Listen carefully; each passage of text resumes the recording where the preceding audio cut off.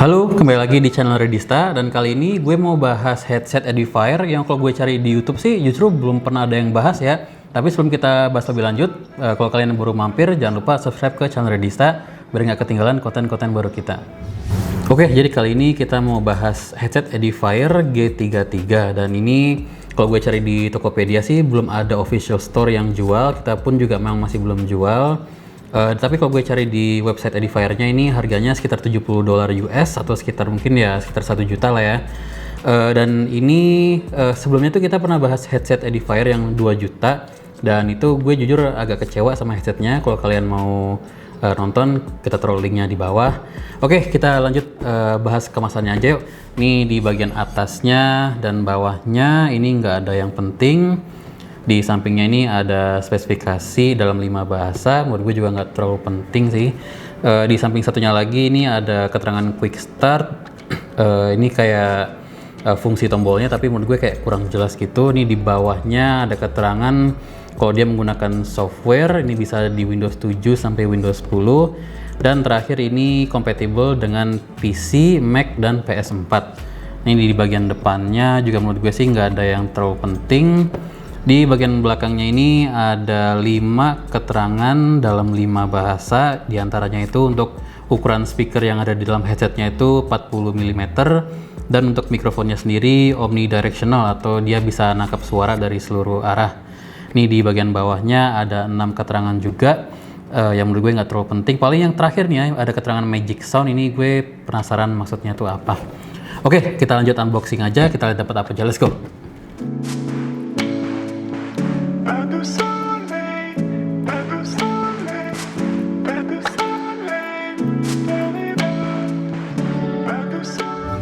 Oke, ini udah gue unboxing. Jadi selain headsetnya, kita juga dapat mikrofon karena ini mikrofonnya bisa dicopot. Itu juga ada kayak silika gel gitu. Ini ada kertas kayak warning gitu. Ini menurut gue sih nggak terlalu penting. Dan kita dapat, gue kira ini buku panduan ya. Ternyata isi yang penting itu cuma di depan ini dan belakangnya dan seterusnya itu cuma ini tapi dalam 1000 bahasa tapi nggak ada bahasa Indonesia. Dan ini isinya tuh cuman ngasih tahu fungsi tombolnya dan ngasih tahu di mana kita bisa download softwarenya. Oke, sekarang kita lanjut bahas headsetnya. Ini dari sisi desain sih gue suka sih ya, simple tapi nggak yang terlalu norak. Untuk beratnya ini sekitar 250 gram. Ini untuk bahan utamanya ini plastik. Gue lihat sih nggak ada yang besi-besinya gitu. Untuk di atasnya ini untuk headbandnya ini cukup empuk. Terus juga untuk ear cupnya sendiri ini nggak yang premium banget tapi juga cukup empuk. Terus di bagian dalamnya ini ada keterangan L dan R-nya, dan untuk kita adjust besar kecil headsetnya itu kita tinggal tarik ini bagian dalamnya juga bahannya plastik. Paling yang gue kurang suka itu ini bahan sampingnya ini glossy ya, jadi kayak gampang banget kena noda sidik jari. Tapi setidaknya di bagian atasnya ini doff atau matte, dan di bagian atasnya ini juga ada keterangan HCT, terus di sampingnya ini ada keterangan G33. Nah ini justru yang gue suka itu sampingnya ini kayak ada transparannya gitu ya, ini menurut gue cukup unik. Dan untuk warnanya sendiri kebetulan gue suka warna merah, jadi aksen merahnya ini gue cukup suka. Di bagian belakangnya ini ada tombol G ini untuk ubah lampunya, terus bawahnya ini ada tombol untuk mute mikrofonnya dan ada pengatur volume. Nah ini untuk mikrofonnya tadi gue bilang kan bisa dicopot, ini ujungnya ini gold plated dan ini kita tinggal pasang aja. Ini ada kunciannya gitu ya, jadi kita nggak mungkin salah nyolok. Dan untuk kabelnya sendiri ini bahannya kayak kabel biasa tapi cukup tebal, dan ini panjangnya 2,5 meter, ujungnya ini USB biasa silver plated. Oke, sekarang gue mau bahas untuk lampunya. Jadi ini ada 3 mode, static, breathing, sama cycling. Nah cycling itu kayak yang sekarang ini dia berubah warnanya otomatis. Terus untuk yang breathingnya itu ada 4 pilihan warna, tapi entah kenapa tuh yang static cuma ada 3 pilihan warna. Dan kalau kalian mau ganti modenya atau warnanya, kalian bisa pencet tombol G tadi yang di belakang headsetnya, tekan begini. Nah kalau misalkan kalian nggak suka lampu, kalian mau matiin, kalian bisa tahan tombolnya, nanti dia akan mati. Cuman headset ini tuh nggak ada memorinya ya, jadi kalau misalkan kita matiin komputernya terus kita nyalain lagi, dia tuh otomatis nyala ke defaultnya yaitu biru. Dan kalau kalian nggak suka lampu, setiap kali kalian nyalain komputer kalian harus matiin lampunya manual. Untuk pemakaiannya sendiri cukup simple karena dia colokannya USB, tinggal colok ke komputer atau ke laptop. Dia plug and play, nggak perlu driver khusus. Dan kita juga udah coba untuk di HP ini gue pakai Google Pixel 3 Android 12, itu juga plug and play pakai adapter OTG. Cuman untuk virtual surround-nya di HP atau di PS4 itu nggak berfungsi ya, karena untuk aktifin virtual surround-nya itu harus lewat software. Dan sebelum kita bahas untuk softwarenya, gue mau bahas sedikit untuk hasil gue tes suaranya. Ini gue udah coba buat main game, buat dengerin musik, dan buat nonton film. Dan ini jujur gue kecewa sama suaranya. Jadi dari sisi jernih atau dari sisi detail suaranya itu sebenarnya bagus ya. Justru kayak separasi suaranya itu bagus. Pokoknya secara overall sih bagus. Cuman pertama untuk dari sisi bassnya ini menurut gue kurang banget. Karena kan di belakang dusnya itu ada keterangan powerful low frequency performance. Dan itu jujur gue kurang puas sama bassnya. Apalagi gue sebagai bass head, gue kurang puas sama bassnya. Dan kedua, untuk treble-nya itu menurut gue terlalu tajam ya. Jadi kalau misalnya kita dengerin musik atau apapun dengan volume yang tinggi, itu treble-nya itu kayak nusuk ke kuping gitu. Jadi kayak bikin nggak enak buat didengar karena terlalu tajam atau suara treble-nya tuh terlalu tinggi. Nah tapi sih sebenarnya selain itu sih ya secara overall sih cukup oke. Cuman bass sama treble-nya menurut gue kurang bagus. Dan untuk softwarenya sendiri kurang lebih tampilan utamanya itu seperti ini.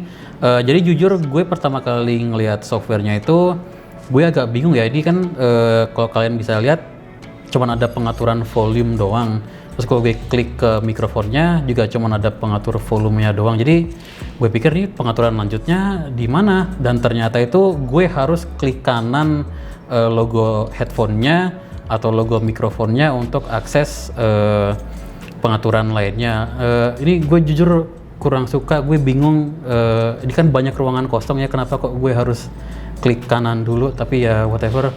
Jadi pertama itu kita ada pengaturan untuk volumenya. Di atasnya sini juga ada pengatur volumenya. Dan kita juga bisa kalau mau atur per channel ya, jadi kiri kanannya kita bisa atur volumenya. Terus selain itu kita juga bisa ubah sample rate-nya. Ini gue udah coba di yang 44 maupun di 48. Jujur gue nggak bisa bedain hasil suaranya. Terus di sini juga ada equalizer. Ini kalian bisa atur semau kalian. Di sini juga ada beberapa preset. Jujur gue justru sukanya tuh ya di defaultnya aja ya, nggak usah diapa-apain. Tapi kalau misalkan sebenarnya kalau kalian mau turunin treble-nya atau bass-nya kalian bisa atur, tapi dari gue udah coba-coba tadi gue nggak nemu yang enak, jadi gue biarin di default aja. Terus ini juga ada environment effects. Ini kayak kita bisa atur supaya suaranya itu seakan-akan di bawah air atau di dalam kamar mandi.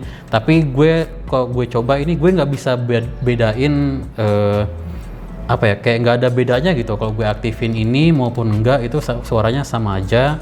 Dan di bawahnya ini kita juga bisa atur room size-nya, jadi seakan-akan mungkin di ruangan yang kecil atau di ruangan yang besar.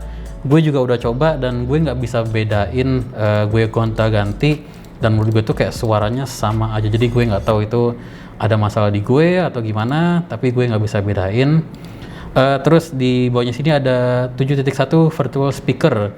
Nah ini kalau kalian mau dapetin efek virtual surround-nya itu kita aktifin ini. Dan ini sih sebenarnya kok kelihatannya sih cukup keren ya. Kita bisa kayak atur posisi per speakernya itu maunya seakan-akan di mana gitu ya.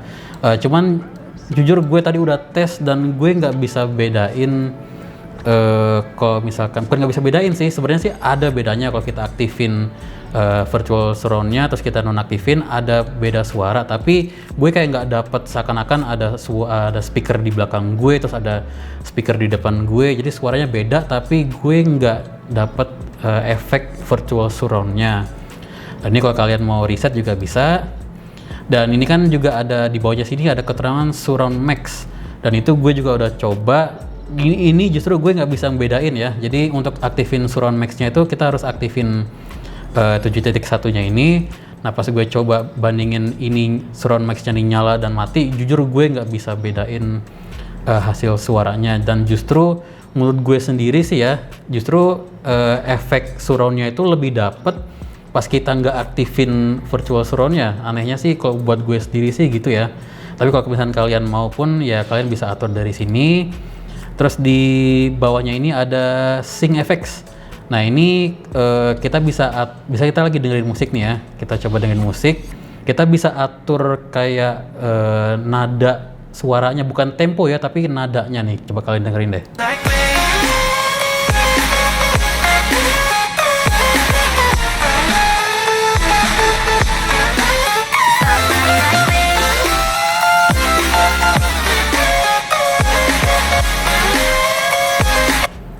Tuh, jadi kurang lebih seperti itu.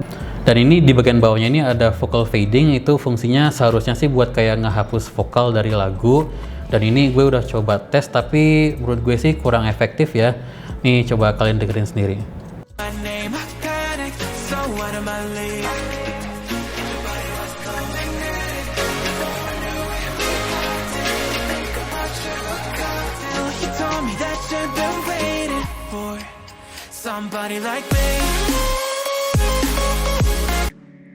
Jadi emang dia agak sedikit ngurangin vokal, mungkin juga beda lagu beda hasil ya, tapi di lagu ini ya vokalnya emang agak sedikit kehapus, tapi justru suara lain juga ikut kehapus, jadi hasil suaranya itu malah jadi aneh gitu. Nah terus di bawahnya ini tadi yang surround max, jadi kalau kita aktifin ya, untuk kita aktifin kita justru harus aktifin yang 7.1 ini. Nah ini kita baru bisa aktifin surround max, cuman entah kenapa jujur kalau gue sendiri gue nggak bisa bedain ini nyala dan ini mati. Dan terakhir itu paling kita bahas mikrofon ya. Jadi sama gue kirain tuh ternyata gue kirain tuh pengaturannya cuman buat atur volumenya doang, tapi ternyata untuk akses pengaturan lebih lanjutnya harus diklik kanan. Nah ini untuk nyobanya kita pakai aplikasi voice recorder bawaan dari Windows.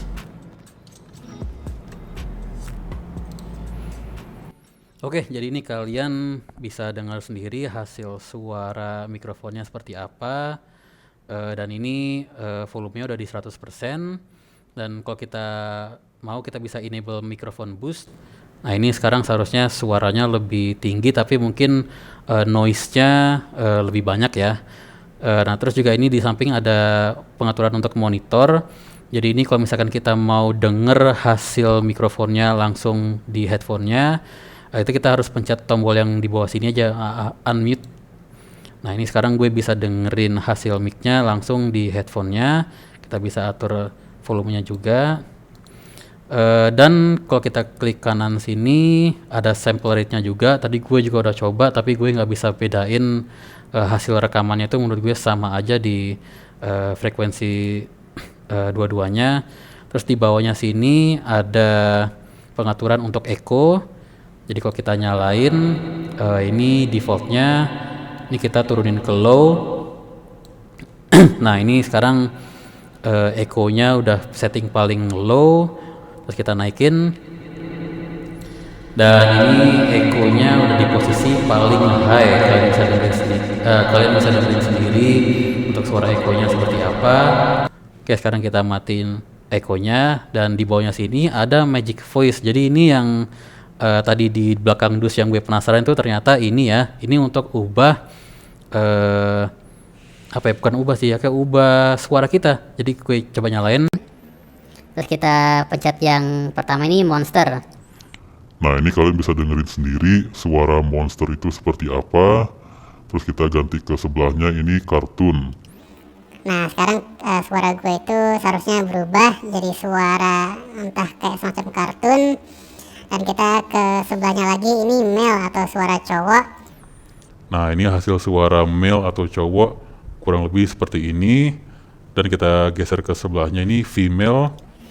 Nah ini seharusnya suara female atau suara cewek kayak gini. Tadi sih gue udah coba dan ini bukan suara cewek sih ya, lebih kayak suara apa ya, kayak suara di TV gitu deh.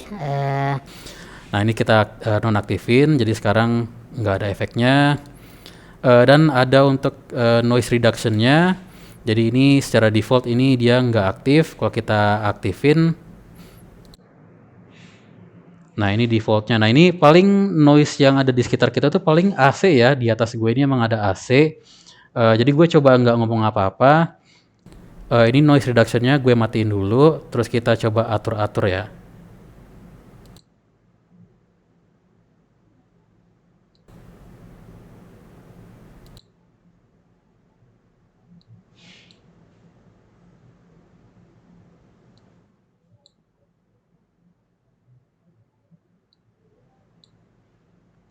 Nah, tadi gue udah coba tes nih.